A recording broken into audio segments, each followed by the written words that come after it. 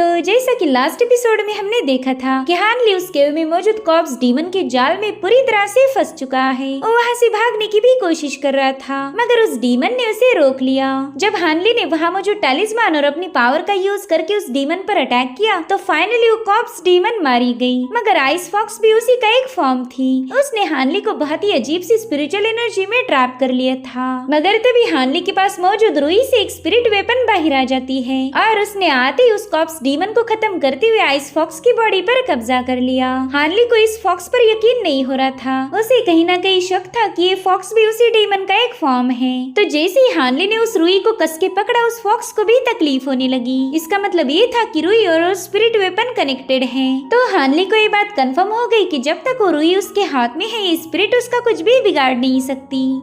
अब आगे तो इस एपिसोड की शुरुआत उसी सीन से होती जहाँ पर वो फॉक्स काफी ज्यादा मायूस हो गई क्योंकि स्पिरिट वेपन को जेड रुई की गुलामी करना बिल्कुल भी पसंद नहीं। अब वो अचानक से गायब होकर ह्यूमन फॉर्म में आ गई थी, जो देखकर हानली काफी ज्यादा सरप्राइज हो गया। वो उसे बड़े ही प्यार से पूछने लगी कि मेरे दोस्त क्या तुम्हारे पास थोड़े बहुत एक्स्ट्रा कपड़े हैं? देखो मैं तुम्हारे सामने ऐसी बिना कपड़ों के बिल्कुल नहीं आ सकती। जो सुनते ही हानली ने अपने स्पेयर कपड़े उसकी तरफ पास कर दिए। तो अब उन कपड़ों को पहनने के बाद वो फॉक्स सीधे हानली की तरफ आने लगी। उससे कहने लगी कि मैं जानती हूँ आपके दिल में कई सारे सवाल होंगे जो कि आप मुझसे अभी इसी वक्त पूछना चाहते हो। और फिर वो हानली की नकल करते हुए उसका आवाज निकाल कर कहने लगी कि बताओ तुम्हारा क्या नाम है। जिसके बाद वो अपनी सॉफ्ट वॉइस में बताती है कि मेरा नाम है सिल्वर मून। फिर वो दोबारा से हानली का आवाज निकालते हुए कहने लगी कि बताओ तुम्हारे क्या ओरिजिन है। लेकिन ओरिजिन के बारे में तो मुझे कुछ पता ही नहीं। उसकी ये हरकतें देखकर हानली भी थोड़ा सा दंग रह गया। वो सोचता है कि ये बंदी काफी ज्यादा पावरफुल है, मगर हरकतें इसकी बिल्कुल बच्चों वाली। कहीं सोल पोजीशन की वजह से इसका दिमाग तो खराब नहीं हुआ। तभी वो लड़की उससे कहती सीनियर मुझे खुद के बारे में ही ज्यादा कुछ याद नहीं, हाँ कुछ मेमोरी के फ्रेगमेंट्स है, उन्हें चेक करके मैं आपके सवालों के जवाब दे सकती हूँ। दरअसल मैं हूँ सिल्वर मून और मैं वुल्फ क्लैन की मेंबर हूँ। हानली सोचता है कि सिल्वर मून वुल्फ क्लैन का जिक्र तो किसी भी एंशिएंट रिकॉर्ड में नहीं है। मैंने तो कई सारी किताबें पढ़ रखी थी लेकिन कहीं पर भी इस क्लैन का जिक्र नहीं। उतने में ही वो लड़की उससे कहती है कि इसके अलावा अगर आपके कुछ और भी सवाल हो तो मैं फिलहाल उनके जवाब नहीं दे सकती। वो क्या है ना मुझे सोचने में थोड़ा सा वक्त लगेगा। इधर हानली सोचता है कि अगर ये बंदी वाकई उस जेड रुई की वेपन स्पिरिट है इसका मतलब ये वॉइड हेवन डिंग में कई सौ सालों से कैद होगी। साथ ही इसके पास कई सारे एक्स्ट्राऑर्डिनरी एबिलिटीज भी हो सकती है। तो हानली सिल्वर मून से वेपन स्पिरिट पोजीशन के बारे में पूछने लगा, जिस पर वो बंदी कहती है कि पहली बात तो ये है कि इसे पोजीशन नहीं कहा जाता। पोजीशन यानी कि जबरदस्ती किसी पर कब्जा करना। अगर किसी वेपन स्पिरिट के पास हेवन डिफाइंग एबिलिटीज होती तो शायद इस दुनिया में कैओस मच जाता। कल्टीवेशन की दुनिया में कभी शांति कायम नहीं हो सकती थी।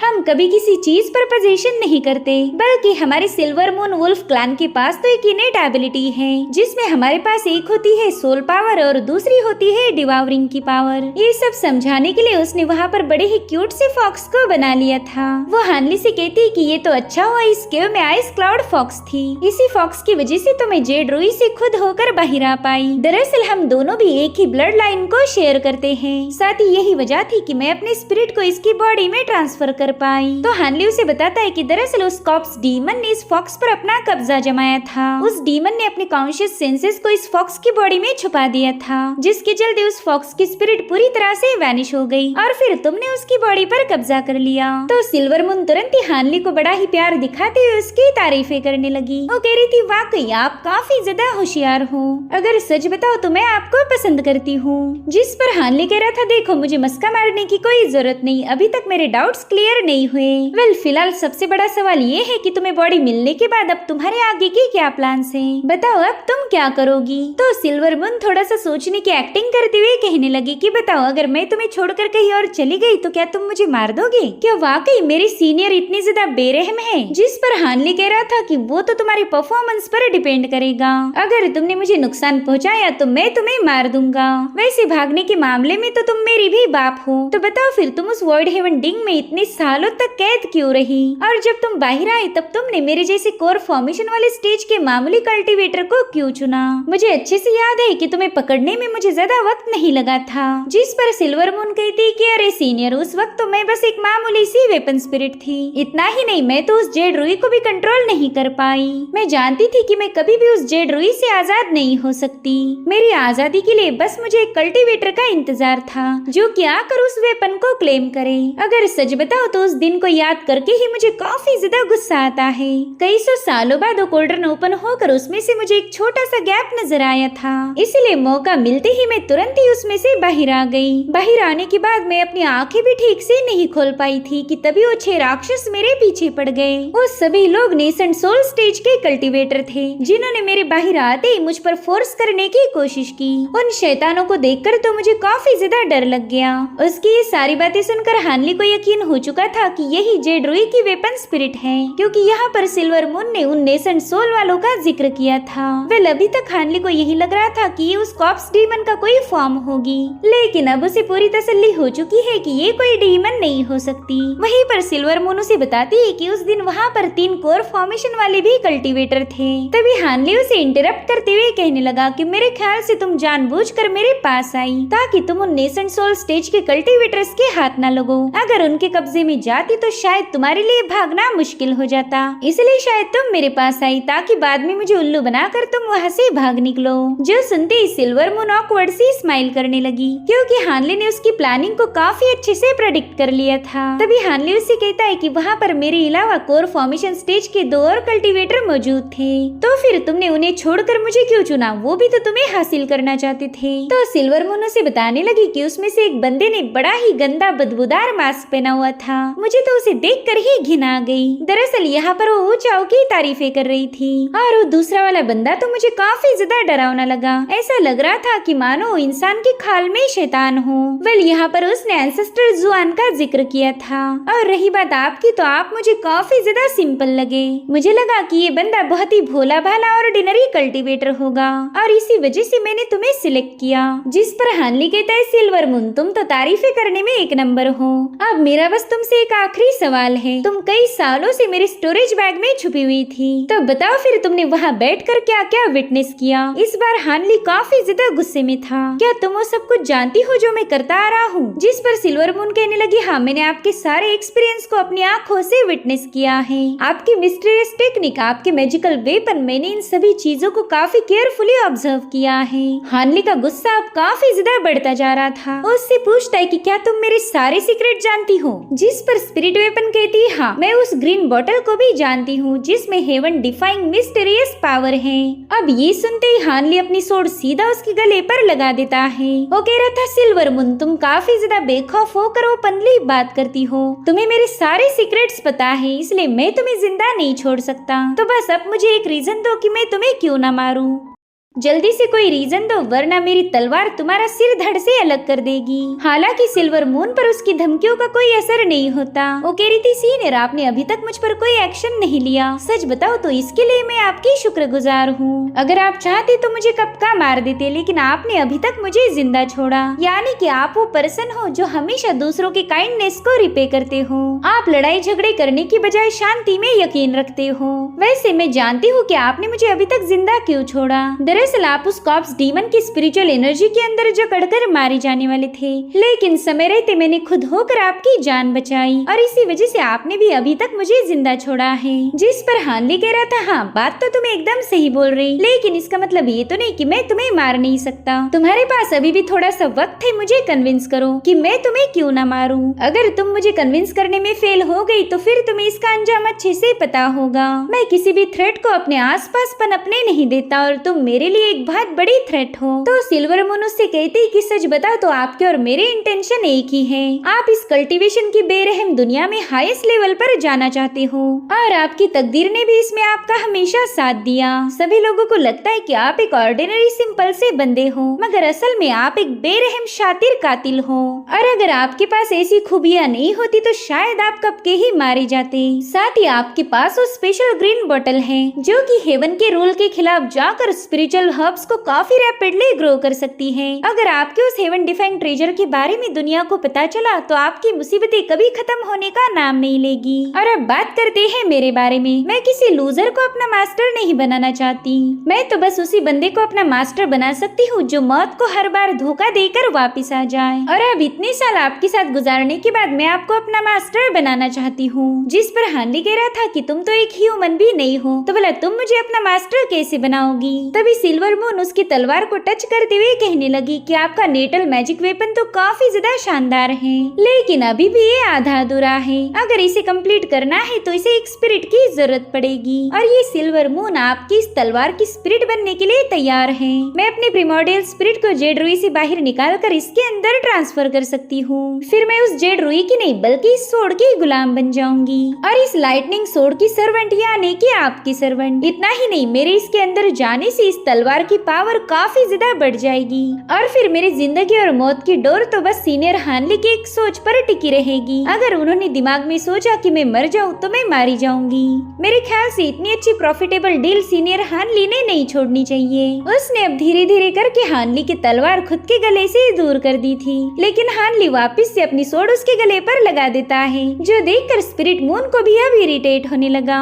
वो कह रही थी कि आप इतने ज्यादा लकी हो कि आपको स्पिरिट मून जैसी पावरफुल आर्टिफैक्ट स्पिरिट मिल गई, जिसके पास खुद का इंटेलिजेंस भी है, मगर फिर भी आपको उसकी कोई कदर नहीं। आपने तो खुशी के मारे झूमना चाहिए था, मगर आप हो कि ये तलवार मेरे गले पर लगाकर कब से खड़े हो। सिर्फ आपको कन्विंस करने के लिए मैं स्पिरिट सेपरेशन के लिए भी राजी हो गई। क्या आपको लगता है कि इस जेड रुई से आपकी सोड में जाना मेरे लिए आसान होगा? आपको कोई आइडिया नहीं वो प्रोसेस कितना ज्यादा पेनफुल होगा, मगर फिर भी आपको मुझ पर यकीन नहीं हो रहा। सच बता रही हूँ, ये डील आपके लिए काफी ज्यादा फायदेमंद है। वहीं पर हानली भी सोच में पड़ गया कि अगर इसे मैंने अपनी सोड में जगा दी तो इसकी सारी जिंदगी की डोर मेरे हाथ में होगी। फिर तो ये चाहकर भी मेरे सीक्रेट रिवील नहीं कर सकती, और अगर इसने ऐसा किया तो मेरी एक सोच भी इसे मारने के लिए काफी हो जाएगी।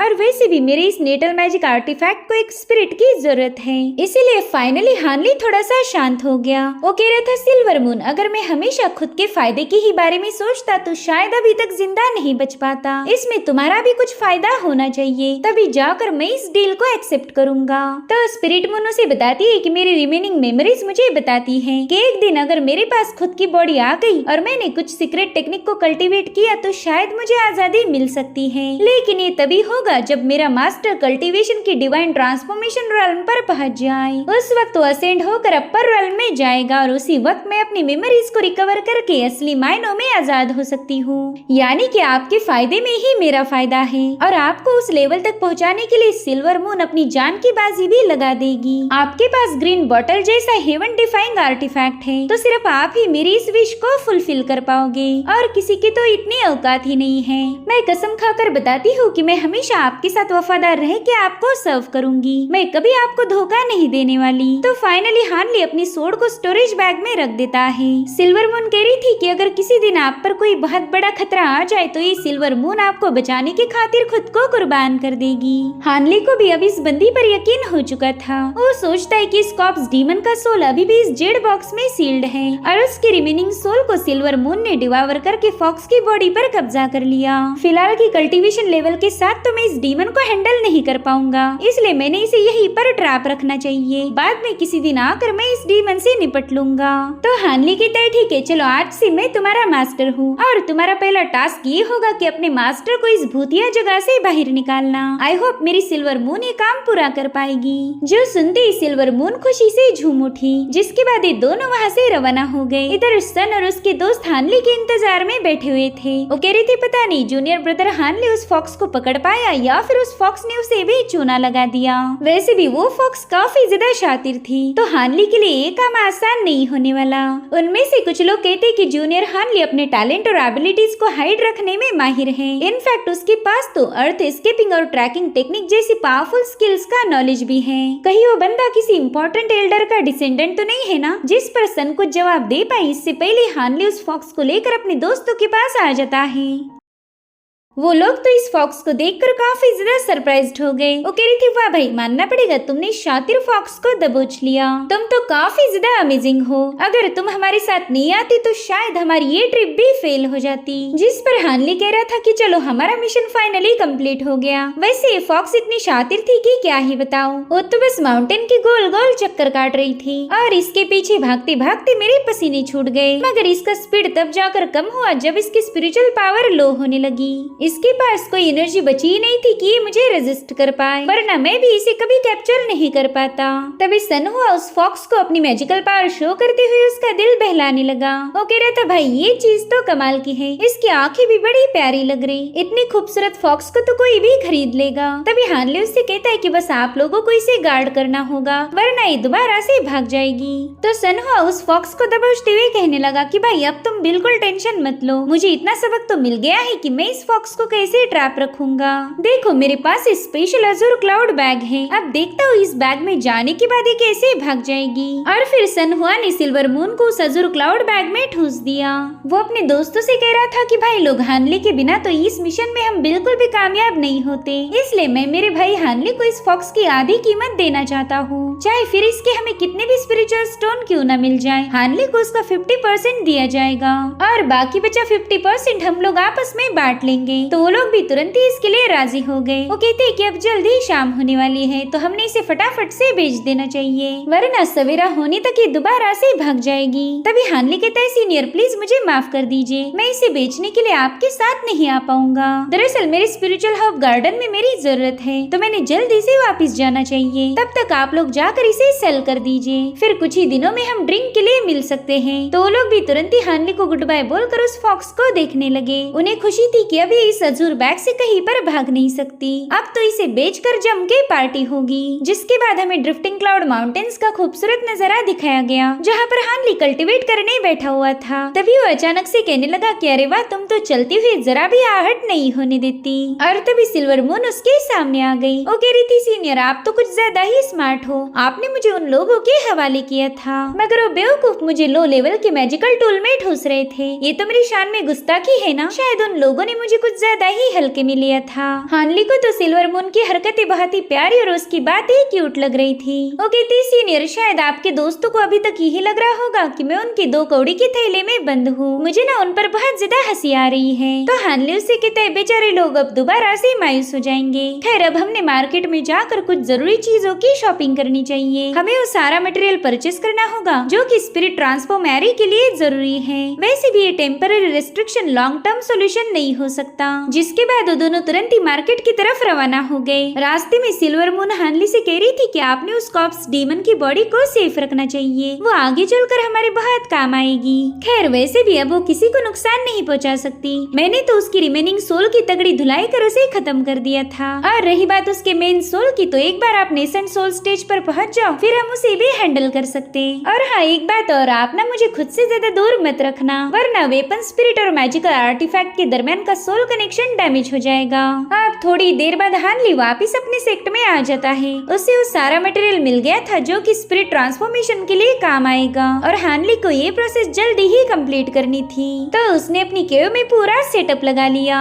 उसकी लाइटनिंग सोर्स सिल्वर मून के आसपास आ चुकी थी। तभी वो हानली से कहने लगी कि सीनियर अब जल्दी से इसे शुरू करो। तो हानली तुरंत ही डायल से दूर हट गया। अब उस फॉक्स की स्पिरिट हानली की सोड में समाने लगी थी। हानली को पता है कि ये मेथड काफी ज्यादा पेनफुल होगी, अगर यहाँ पर जरा भी प्रॉब्लम हुआ तो सिल्वर मून की स्पिरिट पूरी तरह से डिस्ट्रॉय हो जाएगी। तो हानली जल्दी से उस केव के बाहर पहुंच गया। उसे बाहर आते ही सिल्वर मून के चिल्लाने की आवाजें आ रही थी। वो बस उम्मीद कर रहा था कि सिल्वर मून इसमें कामयाब हो जाए। अब अगले दिन हानली दोबारा से उस केव में वापस आ गया। वहाँ पर उसकी सभी सोर्स बिखरी पड़ी थी। तभी हानली को शक होता है कि कहीं उनका ये रिचुअल फेल तो नहीं हुआ। तो हानली ने थोड़ा डाउटफुल होकर ही अपनी बाकी की सारी सोड को समन कर लिया और अब अपनी मेन सोड को हाथ लगाते ही हानली को कुछ अजीब से विजन्स नजर आने लगे और उतने में ही उस सोड से सिल्वर मून बाहर आ गई। उसका ये वाला फॉर्म काफी ज्यादा क्यूट था, साथ ही वो हानली को देखकर काफी प्यारी स्माइल करने लगी। वहीं पर हानली उससे पूछता है कि क्या तुम ही सिल्वर मून हो, जिस पर वो कहती, क्या सीनियर आप तो इतनी जल्दी मुझे भूल भी गए, मैं आपकी सिल्वर मून हूँ। और इसी के साथ एपिसोड यहीं पर एंड हो जाता है। Thank you so much for watching, bye bye, take care.